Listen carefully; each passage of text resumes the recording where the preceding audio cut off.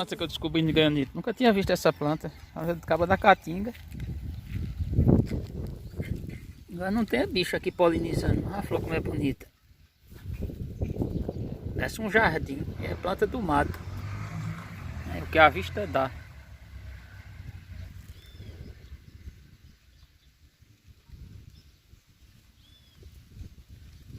Aqui o capim-marreca.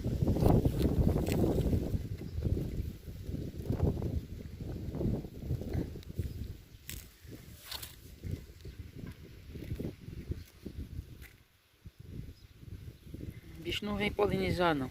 Tem cheiro? Tem um cheirinho até. Não é ruim não.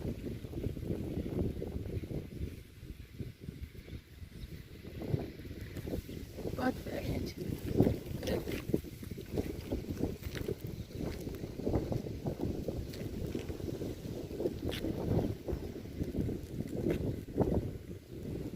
O estado de futebol está desativado.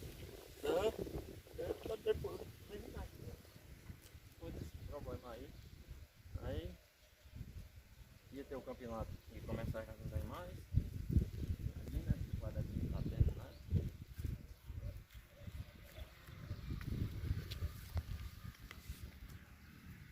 O botão floral dela, como é que é?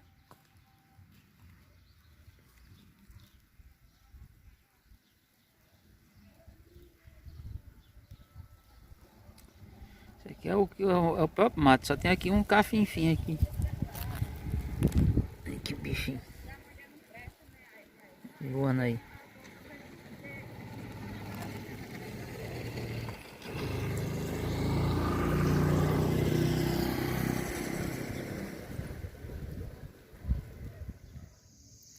Pessoal, até a noite, olha como a flor é diferente aqui, ó. Isso é mato. E aqui tá tô dentro de granito, uma das praças públicas de granito. Olha só que coisa bonita. Agora, só alguns insetos visitam.